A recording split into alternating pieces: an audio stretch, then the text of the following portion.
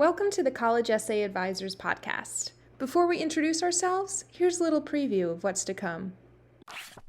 When you can take an essay prompt or a topic that has the potential to be straightforward, overly didactic, maybe a little impersonal, and can inject it with a personal anecdote, a sense of family, anything that warms it up. I think that's ends up being a really beautiful approach.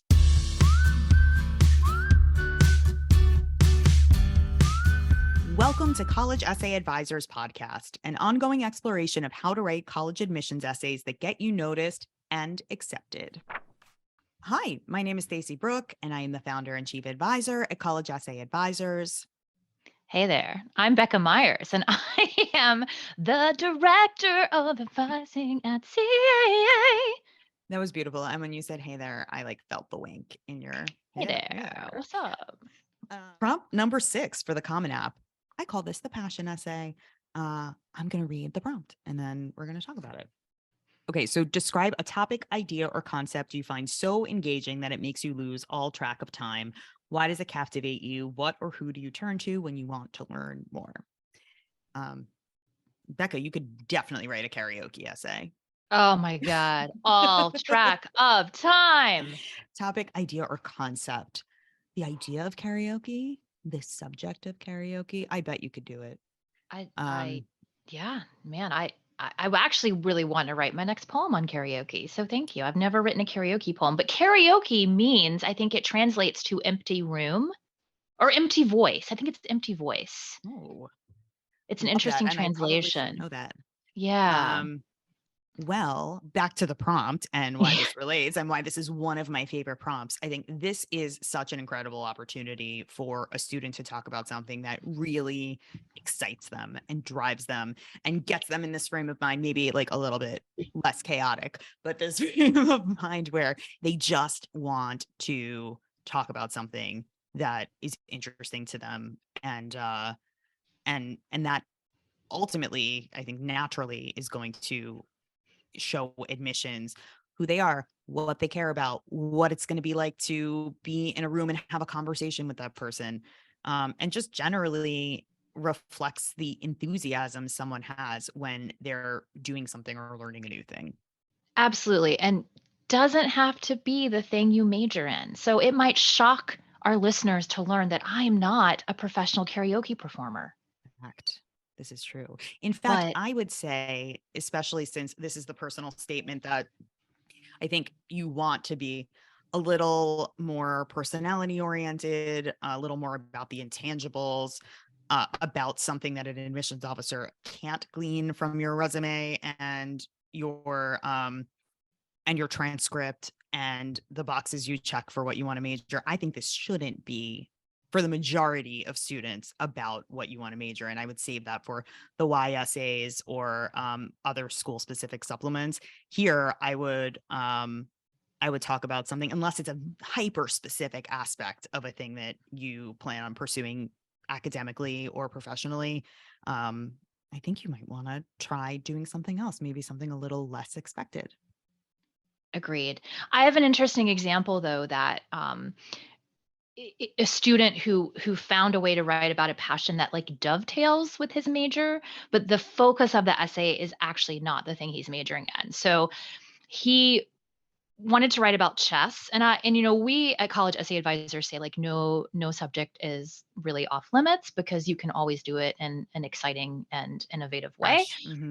But fresh chess is sometimes hard, right? Like chess, summer camp, volunteering in Costa Rica, these are things that come up again and again, and they're not off limits, but it's I really understood we had to approach it in an interesting way.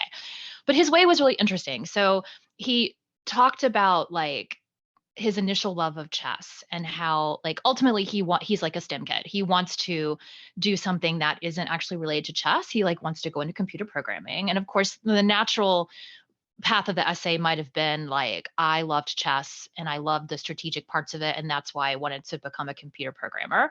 But the actual core of the essay was the thing that makes me lose all track of time isn't the actual chess itself, but it was the playing with my father, who traveled a lot. for his own overseas business. And when he would come back and play chess with me, it wasn't just learning strategy from him, it was the emotional component. And so his whole essay was like, I learned early on that playing chess on a computer is completely different than playing with my father. So even though I want to go into computer STEM stuff, I bring an awareness of the emotional component and depth of that. So I want to be someone who studies STEM, but makes it accessible to people in the same way that my father made chess accessible to me. And so I lost all track of time playing with a person, not playing with like an abstract, like a machine. And I just thought like, wow, what a complicated, beautiful essay. Completely. And that covers so much ground, stylistically and emotionally, as you're saying. I think when you can take an essay prompt or a topic that has the potential to be straightforward, overly didactic, maybe a little impersonal, and can inject it with a personal anecdote, sense of family, anything that warms it up.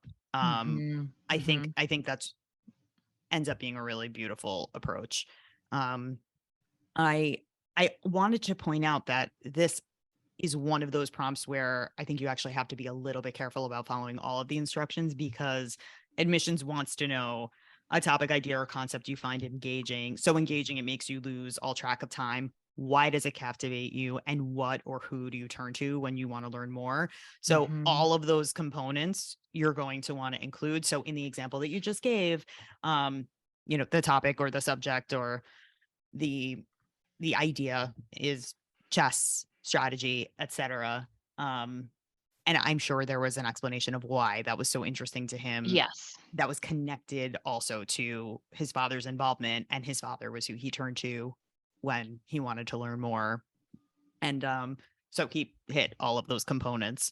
Um, And hit them in a way that like my approach, and I don't know if we've ever talked about this, Stacey, is that I don't necessarily think students have to address the questions in order, but I do Agreed. like I like signal any sort of signal, small signals. So I think in the essay at one point, like he opened with the father, and I think he used the phrase "I turn to him," so that Mm-hmm. it's clear that we Mm-hmm. are addressing that. But it's not like paragraph one is "I love chess, I lose track of time, I didn't Absolutely. see the clock." I'm in a Absolutely. casino. Like, you know what I mean? It's like, And those are things that you can go back and add once you have the bones of the essay in yes. place. If you then decide, okay, I'm going to use prompt number 6 and just reread the question and better understand what components need to be included, an easy entrance to a sentence or opening line or something like that can accomplish quite a bit in terms of just making sure you check the box. Yep. And that's why we draft and that's why we edit and revise, right? Because you don't Exactly. always check the box first time around. Exactly. So I have an example of a student who wanted to write about music, something that many students have come to me and told me they have passion about.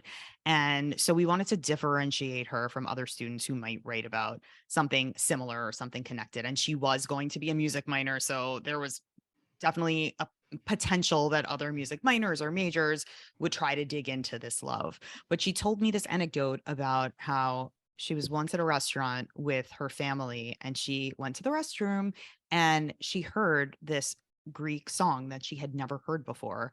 And she stopped and sat down on a little bench in the women's lounge and listened to this whole very long song, to the point where someone had to come and grab her from the bathroom because they were like, what happened?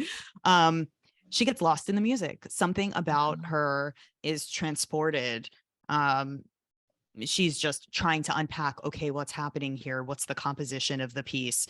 And gets so lost that, people thought she fell in. And someone had to come retrieve her. So I just thought that was a really fun way to open this idea that this obsession is real. It runs deep. Like, you will miss an entire dinner with your family just like perching on a couch in a restroom lounge to expose yourself to something new. And so Um, much more memorable than opening by saying, I get lost in music, right? Like it's, yes, yes. yes. That's our episode for today. Thank you so much for listening or watching. If you like our content, please like and subscribe to follow us for more. Happy writing!